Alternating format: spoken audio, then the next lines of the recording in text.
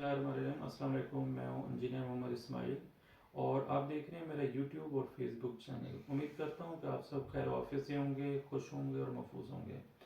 आज हम लाहौर से ताज़ा तरीन जो अतलात और ख़बरें हैं, सियासी ख़बरें जो है वो हम शेयर करते हैं, क्योंकि लास्ट मंथ दिसंबर से आप देख रहे हैं कि सियासी लड़ाई जो है तख्त लाहौर में बड़े अरूज से है।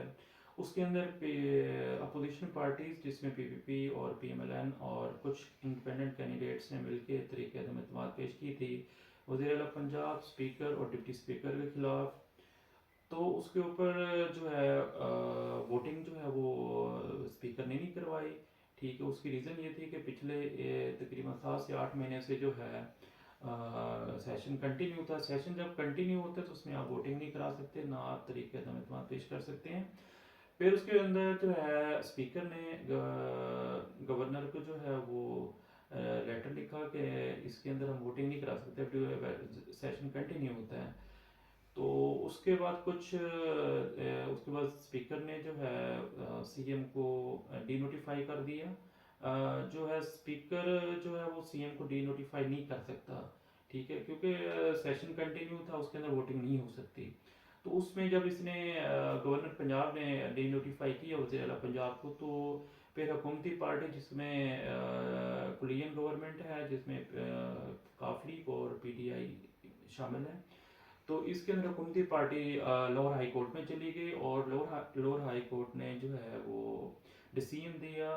उसने डिसीजन से पहले उसने पहले वज़ीर आला से पूछा कि हम अगर आपको टाइम देते हैं कि 11 तारीख तक जो है आप अपना वोट जो है वो अदम एतमाद का वोट लें, और 11 तारीख से पहले जो है ना, अपने 11 जनवरी से पहले आपने जो असम्बली है वो डिज़ाल्व नहीं करनी। तो उस उन्होंने वज़ीर आला से बयान हल्फी लिया, अंडरटेकिंग ली कि आपने 11 जनवरी तक जो है ना असम्बलीज रिजॉल्व नहीं करनी। तो उसके बाद सीएम पंजाब ने जो है ना वो अंडरटेकिंग दी कि 11 जनवरी तक हम जो है असम्बली रिजॉल्व नहीं करेंगे। तो कल से जो है वो बहुत ज़्यादा जो है सियासी कशीदगी हो रही है। मीन के कल वफाकी जो फेडरल गवर्नमेंट के जो कुछ मिनिस्टर्स थे वो भी आए हुए थे पंजाब असम्बली के अंदर, और उनकी जो है वो अपनी पार्टी का वहाँ पे मीटिंग थी, लेकिन फिर भी वो अपनी स्ट्रेंथ शो नहीं कर सके। दोनों पार्टीज के अंदर, पीटीआई के अंदर और अपोजिशन के अंदर, हुकूमती पार्टीज के अंदर जो है अक्सरियत नहीं नज़र आ रही। मीन के आपको 186 वोट चाहिए होते हैं अपनी मेजोरिटी को शो करने के लिए, जो अभी इस टाइम दोनों पार्टीज के पास नहीं है। अगर आप देखा जाए तो अपोजिशन के पास इस टाइम 180 वोट्स हैं टोटल, और जो हुकूमती पार्टी है उसमें 179 180 वोट्स जो हैं आपके पीटीआई के हैं, और 10 वोट्स जो हैं वो पीएमएलएन क्यू के हैं। तो टोटल मिला के 190 बनते हैं, जिसमें स्पीकर और डिप्टी स्पीकर, स्पीकर तो वोट नहीं वैसे कॉस्ट करता, लेकिन उसमें से एक पहले डिप्टी स्पीकर थे, मे बी वो भी वोट नहीं करेंगे।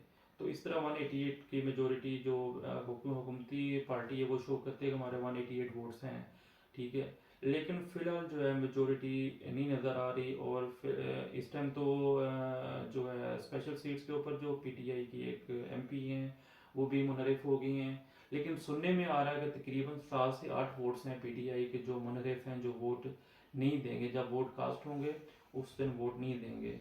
इस वजह से जो है अपोजिशन पार्टीज जो हैं बहुत ज़्यादा प्रेशराइज कर रही हैं कि किसी तरीके से जो है ना वज़ीर पंजाब जो है वो एतमाद का वोट लें, ठीक है। अब एतमाद का वोट जो है वो हुकूमती पार्टी जो वो नहीं ले रही। उसकी रीज़न ये है, वो कहती है जब 11 तारीख के बाद जो फैसला लाहौर हाई कोर्ट करेगी हम उसके मुताबिक चलेंगे, इनके जो भी डिसीजन देगी लाहौर हाई कोर्ट उसके मुताबिक हम चलेंगे।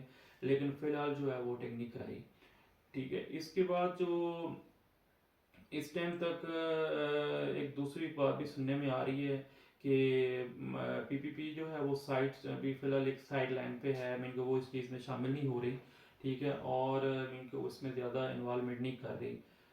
तो वो मीन के उसमें देखा जाए तो पीपीपी जो है वो पीएमएलएन की जो है ना फुल सपोर्ट मीन के नहीं कर रही, या अपने वो फ़ायदा सोच रही है।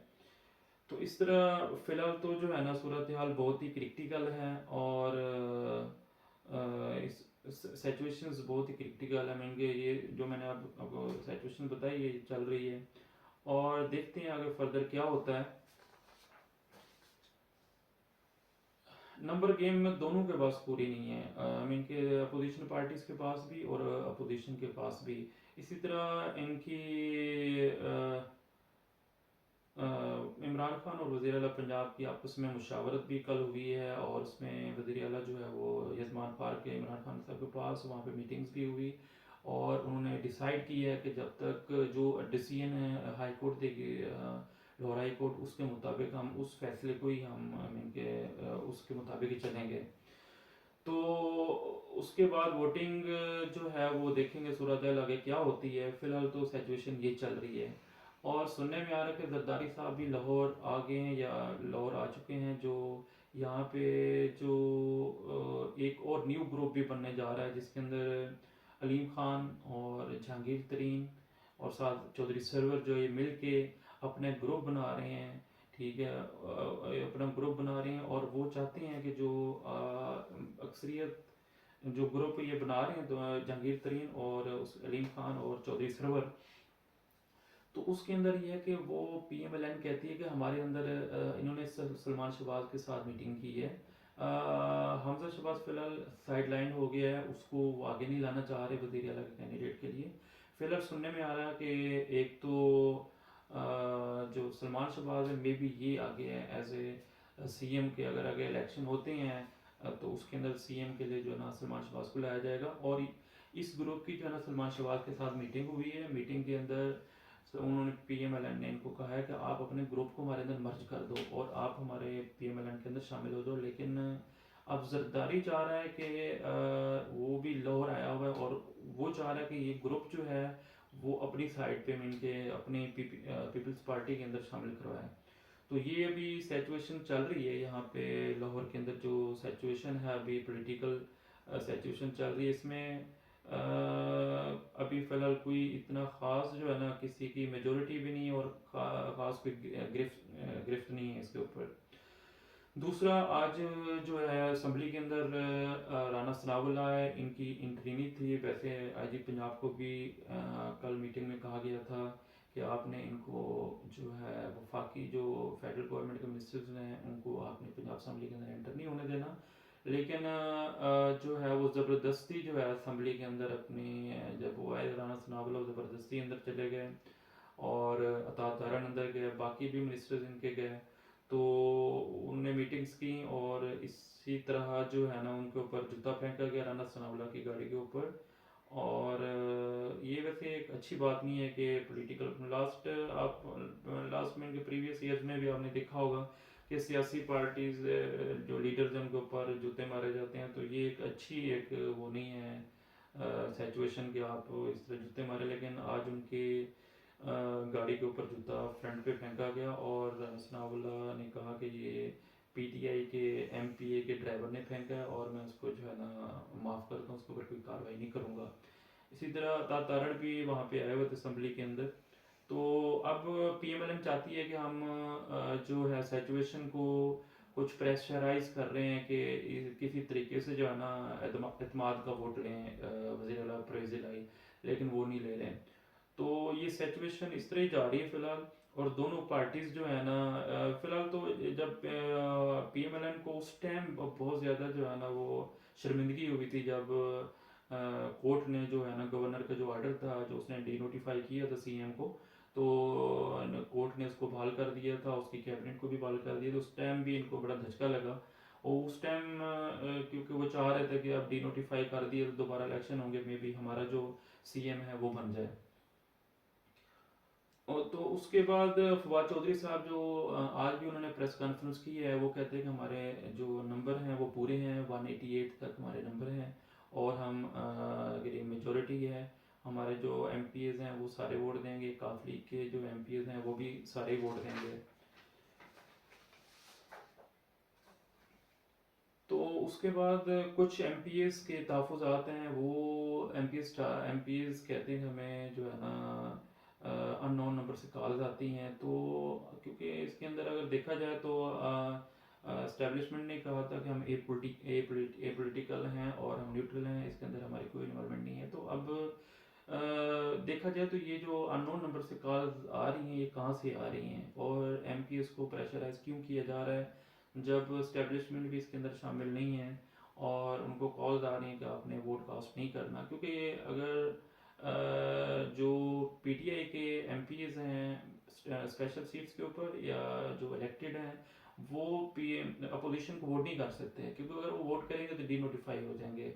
वो वोट ज़ाय कर सकते हैं लेकिन वोट कास्ट नहीं कर सकते। लास्ट ईयर जब हमने देखा होगा कि जिन लोगों ने वोट कास्ट किए थे उनको जो है वो कोर्ट ने डीनोटिफाई कर दिया था और उन्होंने दोबारा इलेक्शन हुआ और दोबारा उसमें सिचुएशन जो आपने देखी थी वो सिचुएशन बहुत ही क्रिटिकल थी। तो इसमें आर्मी चीफ ने तो फिलहाल कहा था कि हमारी जो सियासत के अंदर कोई इन्वॉल्वमेंट नहीं है। अभी आर्मी चीफ इस टाइम सऊदी अरब के दौरे में है और 2 से 3 दिन तक उनकी वापसी है, वो आएंगे और 2-3 दिन तक उनकी जो वहाँ पे दौरे में मीटिंग्स हुई हैं वो उनकी डिस्कशंस होंगी, उसके अंदर देखते हैं कि क्या होता है। क्योंकि पीटीआई और पीएमएलएन जो है उनकी अभी फिलहाल जो इतनी खींचातानी हो रही है उसकी कोई समझ नहीं आ रही। तो इसके अंदर अगर पीटीआई अपोजिशन के पास अगर मेजोरिटी होती, ठीक है, अपोजिशन के अंदर असम्बली पंजाब असम्बली का मेजोरिटी होती तो कल जो बिल पास करवाए गए हैं असम्बली के अंदर तो वो रुकवा सकती थी, लेकिन उनके पास मेजोरिटी नहीं है। 160 के राउंड अबाउट 165 के राउंड अबाउट एमपीएस उनके मौजूद थे कल असम्बली के अंदर और उनकी भी मेजोरिटी नहीं थी। तो सूरत हाल इस तरह क्रिटिकल बनती जा रही है। अभी देखते हैं, कोई समझ नहीं आ रही सिचुएशन के क्या बनता है, क्या सूरत हाल निकलती है। क्योंकि इस सिचुएशन के पीछे जो है ना मुल्की हालात बहुत ही ख़राब होते जा रहे हैं। इस टाइम पाकिस्तान अनस्टेबिलिटी की तरफ जा रहा है। इस अनस्टेबिलिटी मीन के पॉलिटिकल जो अभी अनस्टेबिलिटी इसकी वजह से जो है ना क्राइसिस में जा रहा है पाकिस्तान। ना पाकिस्तान में कोई ख़ास बिजनेसेस हो रहे हैं, ना कोई एक्सपोर्ट इम्पोर्ट का काम हो रहा है। ठीक है, अब सिचुएशन अगर शफाफ तरीके से नया इलेक्शन हो जाए तो जब तक इलेक्शन नहीं होंगे, इलेक्शन होंगे तो फिर ये सारी स्टेबल होगा पाकिस्तान, इसके अंदर जो सारे बिजनेसेस चलेंगे और सिचुएशन ओके हो जाएगी। तो इसके साथ मुझे इजाज़त दीजिए। अस्सलाम वालेकुम।